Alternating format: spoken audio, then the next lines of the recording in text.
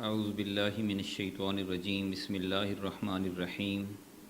یا ایہا الذین آمنوا لا تقربوا الصلاة وانتم سکارى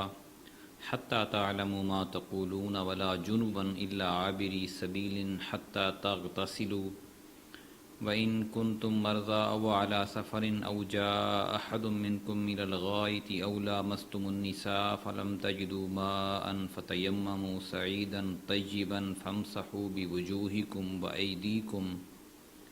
إِنَّ اللَّهَ كَانَ عَفُوًّا غَفُورًا صدق اللہ العظیم۔ سامعین کرام، سورہ النساء کی آیت نمبر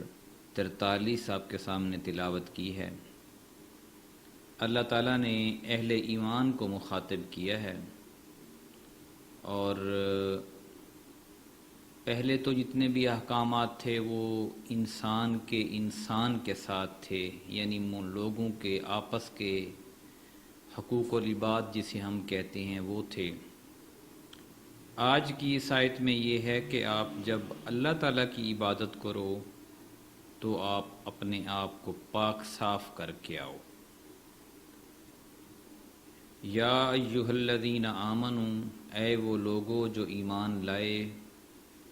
لا تقربوا الصلاۃ، مت قریب جاؤ نماز کے، وانتم سکارا، اور تم نشے کی حالت میں ہو۔ یعنی اے اہل ایمان،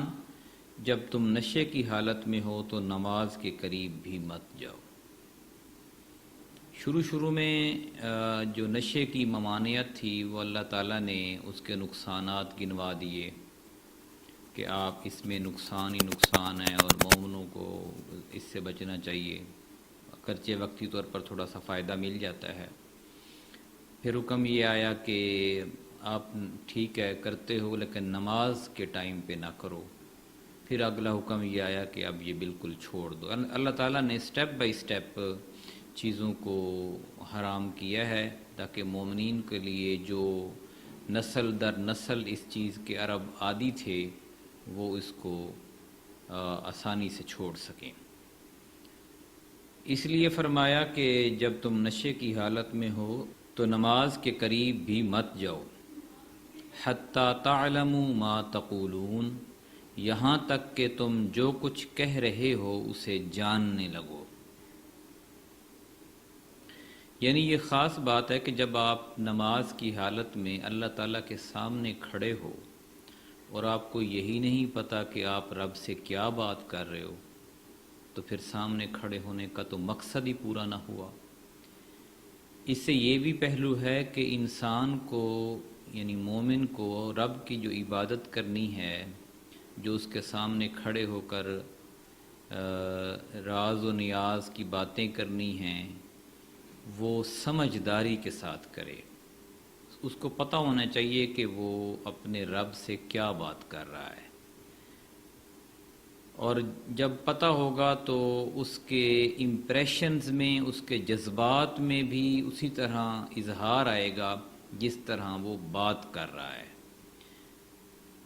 فرمایا کہ یہاں تک کہ تم جو کچھ کہہ رہے ہو اسے جاننے لگو۔ جو کچھ تم پڑھ رہے ہو تمہیں پتہ ہونا چاہیے کہ تم کیا پڑھ رہے ہو۔ اگر تمہیں پتہ ہی نہیں ہے اور تم خمار میں ہو تو ایسی نماز کا کوئی فائدہ نہیں ہے۔ ولا جنوباً، اور نہ ہی جنابت کی حالت میں، یعنی جب تمہارے اوپر غسل واجب ہو جائے تو اس وقت بھی تم نماز کے قریب نہ جاؤ، الا عابری، مگر گزرنے والے راستے سے، حتی تغتسلوا، یہاں تک کہ تم غسل کر لو۔ یعنی جب تک اگر تم مسافر ہو، جنابت کی حالت میں ہو، تو جب تک غسل نہ کر لو، نشے کی حالت میں ہو تو جب تک نشہ نہ اتر جائے تم نماز کے قریب نہ جاؤ۔ وَإِن كُنتُم مَّرْضَىٰ، اور اگر تم ہو بیمار، او عَلَىٰ سَفَرٍ، یا سفر پر ہو، مسافر ہو، او جاء، یا آئے، احد، کوئی ایک، منکم من الغائط، تم میں سے پیخانے سے، بیت الخلاء سے ہو کر آئے، یعنی واش روم سے ہو کر آئے، او لامستم النساء، یا چھو لیا ہو تم نے عورتوں کو چھوا ہو، فلم تجدوا، پھر نہ پاؤ تم مان پانی فتیمموا تو تیمم کر لو سعیدن مٹی سے طیبن پاک، یعنی اگر تم مسافر ہو، تمہیں کوئی مرض ایسی لاحق ہو گئی ہے کہ جو پانی ڈلنے سے مرض بڑھنے کا اندیشہ ہے، جان کو خطرہ جس سے ہو جاتا ہے، یا تمہیں پانی نہیں ملتا، اور یا تم واش روم سے ہو کر آئے ہو اور تم ان حالتوں میں، ظاہر انسان ناپاک ہوتا ہے اور اس کو پانی نہ ملے پاک ہونے کے لیے، عورتوں کو چھوا ہو، تو فرمایا کہ تیمم کر سکتے ہو، وہ بھی ایک طریقہ ہے پاک ہونے کا۔ اور تیمم کیسے کرنا ہے؟ فَامْسَحُوا بِوُجُوهِكُمْ، سو پھیر لو تم اپنے چہروں پر، یعنی وہ پاک مٹی پر ہاتھ مار کر اپنے چہروں پر، وَأَيْدِيكُمْ اور ہاتھوں پر پھیر لو۔ آسان سا طریقہ ہے تیمم کا، ایک دفعہ پاک مٹی پر ہاتھ مار کر چہرے پر اور ایک دفعہ ہاتھوں پر پھیر لیں تو وہ جو غسل ہوتا ہے یا وضو ضروری ہوتا ہے وہ پورا ہو جاتا ہے۔ لیکن یہ ہے اسی صورت میں کہ جب کہ آپ کو پانی نہ ملے اور آپ یا آپ کو مرض کوئی ایسی لاحق ہو جائے کہ پانی پڑنے سے آپ زیادہ بیماری کا خطرہ ہو،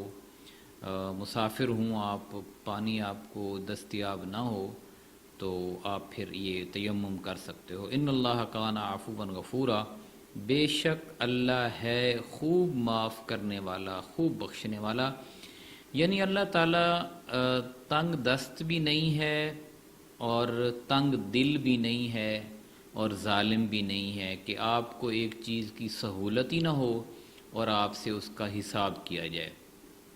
آپ کے اوپر غسل واجب ہے، آپ ناپاک ہیں، کوئی بات نہیں، آپ غسل کر لیں۔ اگر آپ کے پاس پانی نہیں ہے کوئی بات نہیں، آپ مٹی سے اپنے آپ کو پاک کر لیں، لیکن پاک کر کے اللہ کے حضور، اللہ کے دربار میں پیش ہوں، پھر اللہ کے سامنے عجز و انکساری کے ساتھ دعا مانگیں۔ اللہ تعالیٰ سے دعا ہے کہ ہمیں قرآن پاک کو سمجھ کر عمل کرنے کی توفیق عطا فرمائے۔ جزاک اللہ۔